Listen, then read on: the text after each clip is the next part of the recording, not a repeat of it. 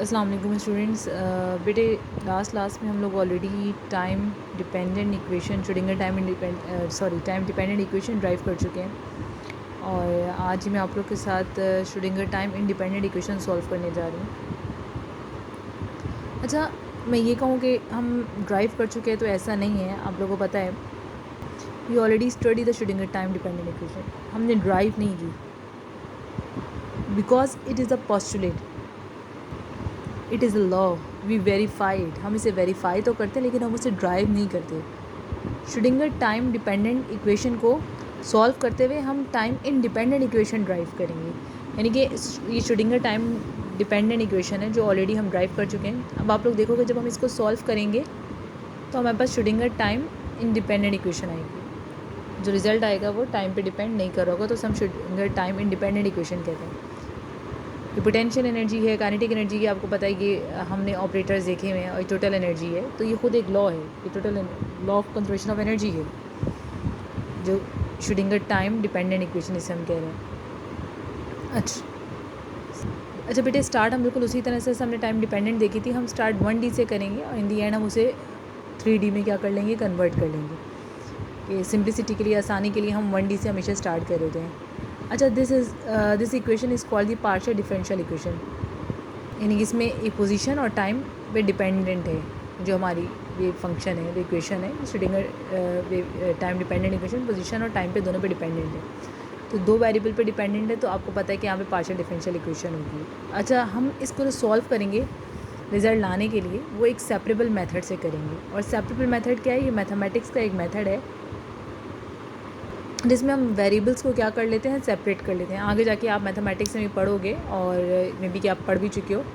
तो separable method एक ऐसा मेथड होता है मैथमेटिक्स के अंदर जिसमें हम वेरिएबल्स को क्या कर रहे होते हैं, सेपरेट करते हैं। जैसे दो वेरिएबल हैं, एक पोजीशन और एक टाइम, इन दोनों को हम क्या करेंगे, सेपरेट करेंगे। हम ये कहते हैं कि वेव फंक्शन जो है वो फंक्शन है पोजीशन और टाइम का। इसको बेटे हम यूँ लिख सकते हैं।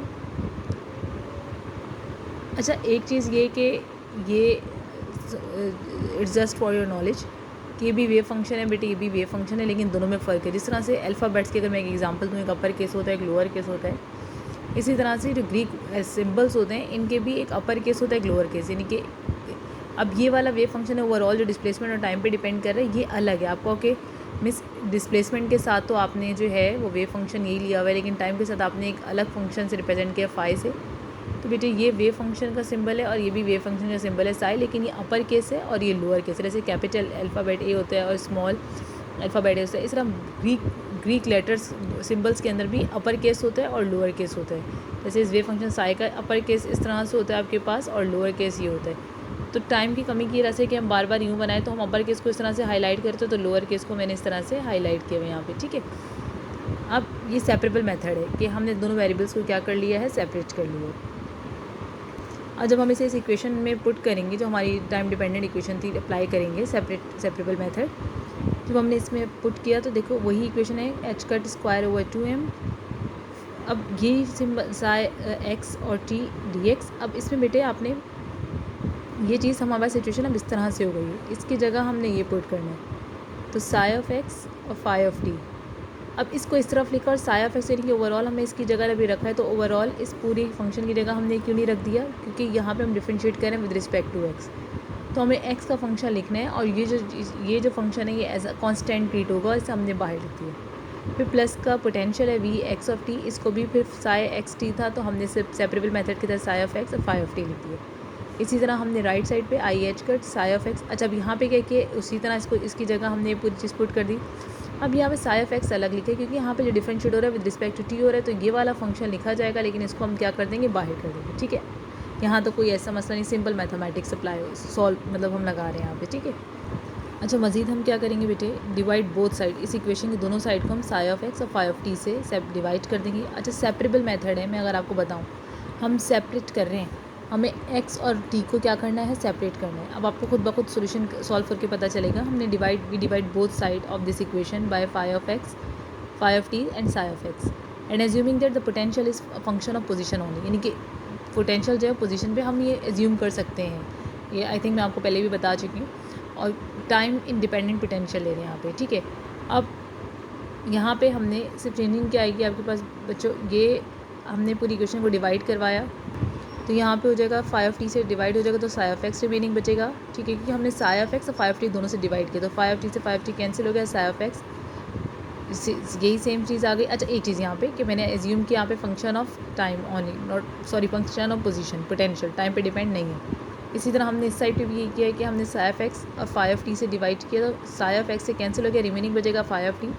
अब ये हो क्या रहा है, आपके पास एक साइड जो है, लेफ्ट साइड जो है वो टोटली पोजीशन पे डिपेंडेंट है और राइट साइड आपकी टाइम पे डिपेंडेंट है, तो हमने दोनों वेरिएबल एक तरह से क्या कर लिए, सेपरेट कर लिए। अच्छा अब यहाँ पे फिर थोड़ी सी मैथमेटिक्स देखेंगे कि ऐसा नहीं हो सकता कि जैसे ये एक एक्स का फंक्शन है और एक किसका फंक्शन है, टाइम का फंक्शन है, तो हम यूँ नहीं सपोज कर सकते जैसे कि दो वेरिएबल है हमारे पास, अगर एग्जांपल दें यानी कि 2t प्लस का 4 है, ये टी पे कंसिस्ट है आपके पास वेरिएबल है, हम ये कह दें ये इक्वल है एक्स स्क्वायर प्लस का 6, मिसाल है फॉर एग्जांपल, एक जनरल से हमने एग्जांपल सपोज की, तो ये टी पे है, ये एक्स पे, ये ऐसे एक दूसरे के इक्वल नहीं हो सकता, मतलब हम सिंप्लीफाई नहीं कर सकते, मैं टी से एक्स को नहीं कर सकती। लेकिन अगर ये सपोज करें टी की वैल्यू यहाँ पे 1 है और एक्स की वैल्यू फॉर एग्जांपल यहाँ पे 0 है, तो टी की जगह हमने 1 रख दिया तो ये हमारे पास 6 हो जाएगा, एक्स की जगह 0 रख दिया भी 6 हो जाएगा। तो कोई एक ऐसा पॉइंट है जिस पॉइंट पे दोनों साइड एक दूसरे की क्या होती है, इक्वल होती है, तो इसका मतलब कोई ऐसी वैल्यू है जिस वैल्यू पे ये वाली साइड इस वाली साइड की क्या होगी, इक्वल होगी। जैसे एक और एग्जाम्पल हम कहते हैं एक्स स्क्वायर प्लस का वाई इज इक्वल्स टू जी, कोई भी है, और z प्लस का 2y इज इक्वल्स टू जी, तो हम ये कहते हैं दोनों वैल्यू के इक्वल हैं, तो उसका मतलब एक्स स्क्वायर प्लस का y, मैथ्स कहती हैं बचपन में मैथ्स से पढ़ते हुए आ रहे हैं, ये भी जी के इक्वल है, ये भी, तो इसका मतलब दोनों एक दूसरे के क्या है, इक्वल है। इसका मतलब है कि ये वाली इक्वेशन और ये वाली इक्वेशन किसी एक पॉइंट पे क्या होंगी, जैसे इसकी वैल्यू जी है, जी हमने सपोज कर लिया, तो क्या है, इक्वल है। अब तो हमने इसको क्या कर लिया, इन लोगों को सेपरेट कर लेंगे और एक वेरिएबल से, एक फंक्शन से, एक नंबर से या किसी भी अल्फ़ाबेट से हम सपोज कर देंगे कि इस पे दोनों एक दूसरे के क्या होंगी, इक्वल। ऐसे हमने यहाँ पे एग्जांपल दिए, भी जी के इक्वल है, ये भी तो हमने कह दिया दोनों एक दूसरे के क्या है, इक्वल है। बिल्कुल इसी तरह से हमने सपोज किया माइनस का एच कट का square over 2m 1 over psi of x curl square psi of x over curl x square plus का v of x is equals to E. ज़्यादातर बुक्स में आपको ई की इक्वली सपोज मिलेगा, इसका भी एक रीज़न है, हम आगे देखेंगे। H cut 1 over phi of t curl phi of t और phi is equals to E, ये भी ई के इक्वल है और ये भी ई के इक्वल है। इसको हमने इक्वेशन 1 का नाम दे दिया बेटे, इसकी इक्वेशन नंबर 2 का नाम दे दिया बेटे। अगर अब इस इक्वेशन 1 की बात ही करें तो आप लोग को वाज़े नज़र आ रहा है कि ये एक वेरिएबल पे डिपेंड कर रही है, यानी कि पोजीशन पे कर रही है, ना कि टाइम पे। तो पार्शियल डिफरेंशिएशन का यहाँ पे जवाज़ नहीं बनता, हम पार्शियल को किस में कन्वर्ट कर देंगे, ऑर्डिनरी में। और अब जो इक्वेशन आएगी वो ये होगी, इक्वेशन 1 और इक्वेशन 2 दोनों को हमने किस में कन्वर्ट कर दिया है, ऑर्डिनरी पार्शियल से ऑर्डिनरी डिफरेंशियल, क्योंकि ये पोजीशन पे डिपेंड करी टोटली और ये टाइम पे। अब हम क्या करेंगे कि we solve this equation number 2 and from equation number 2 को सॉल्व करके हम इक्वेशन नंबर 1 में वैल्यू पुट करेंगे और जो इक्वेशन हमारे पास टाइम पे इंडिपेंडेंट इक्वेशन होगी, यहाँ से इस ई की वैल्यू फाइंड आउट करनी है हमें, ठीक है। अच्छा कैसे सॉल्व करेंगे इसे बेटे, हमने क्या किया है कि फाई ऑफ टी डिवाइड हो रहा है, उधर आके मल्टीप्लाई हो गया, आई एच का मल्टीप्लाई हो रहा है, इधर आके डिवाइड हो गया। आपको पहले भी बताया था कि डिनोमिनेटर में हम कॉम्प्लेक्स नंबर नहीं, इमेजनरी नहीं रहने देते, हम आयोटा से मल्टीप्लाई और डिवाइड करेंगे, तो उधर आ जाएगा माइनस का iota E pi of t और एच कट, ठीक है। जब आई से मल्टीप्लाई डिवाइड करेंगे नीचे आई स्क्वायर हो जाएगा and i square is equals to -1 इधर चला जाएगा और ये ऊपर का आयोटा आपके पास, ठीक है। अच्छा इस इक्वेशन को, ये आप लोग को इतनी प्रैक्टिस हो चुकी होगी, हम इस फॉर्म में लिख सकते हैं ई की पावर माइनस का आयोटा ई over h cut into T. अगर ये नहीं समझ में आ रही, अब इसको एक दफ़ा डिफ्रेंशिएट करें, देखिए डिफ्रेंशिएट करेंगे तो आपके पास यही रिज़ल्ट आ जाएगा। और आप लोग को पता है बच्चों, लास्ट क्लास में हमने देखा था, जब हमने ड्राइव की थी, ड्राइव कह लो कि हमने सिंप्लीफाई किया था, सॉल्व किया था, टाइम इंडिपेंडेंट इक्वेशन पे काम किया था, वर्क किया था, तो हमने सिचुएशन रखी थी कॉस थीटा माइनस का आयोटा, और ये मैथमेटिक्स में भी देकर आ चुके हैं रिलेशंस, एक्सपोनेंट की power theta is equal to cos theta minus का आयोटा साइन थीटा, ठीक है। अब यहाँ पे थीटा कौन है, ये वाला फंक्शन, अगर हम इसको ये देखें एक्सपोनेंट आयोटा थीटा, ये आयोटा के बाद ये पूरा फंक्शन है क्या है, थीटा। तो यहाँ पे थीटा कौन है, ई एच कट, तो हमारे पास हो जाएगा cos E over h cut into t minus का iota sine E over h cut into t. बेटे हम इसमें सिर्फ रियल पार्ट ये लेंगे, तो इमेजनरी हम कंसीडर नहीं करेंगे, रियल पार्ट लेंगे। आप लोग को पता है कि ये जैसे अगर आपके पास एक पोजीशन इक्वेशन होती है x इज इक्वल टू, बचपन में हमने पढ़ी थी cos ओमेगा टी, और ये वही सिचुएशन बन रही है। तो यहाँ पे ओमेगा की वैल्यू क्या हो जाएगी, इधर से अगर देखें तो ओमेगा किसके इक्वल आ रहा है, ई ओवर एच कट, और ओमेगा किसके इक्वल होता है 2 पाई एफ के फ्रीक्वेंसी की, is equals to E over h cut.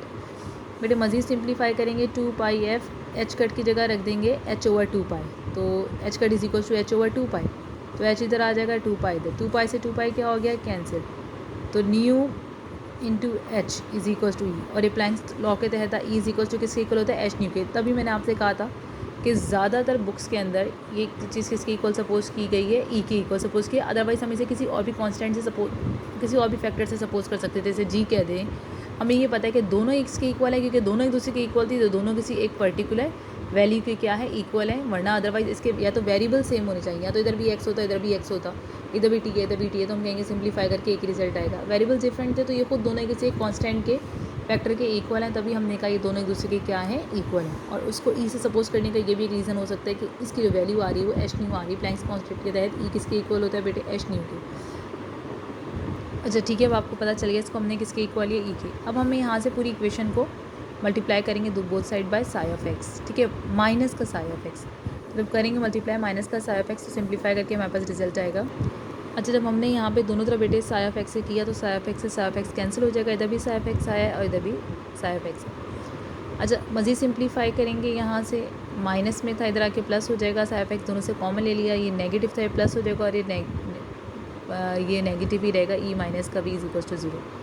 This is the time independent Schrodinger equation for 1D। और अगर इसी को हम 3D में बात करें तो इससे डिफरेंस ये आएगा, H cat square over 2m, तीनों पे डिपेंड करिए एक्स वाई जेड पे, तो नेबला आ जाएगा, ठीक है, ई माइनस का b psi of x is equals to 0।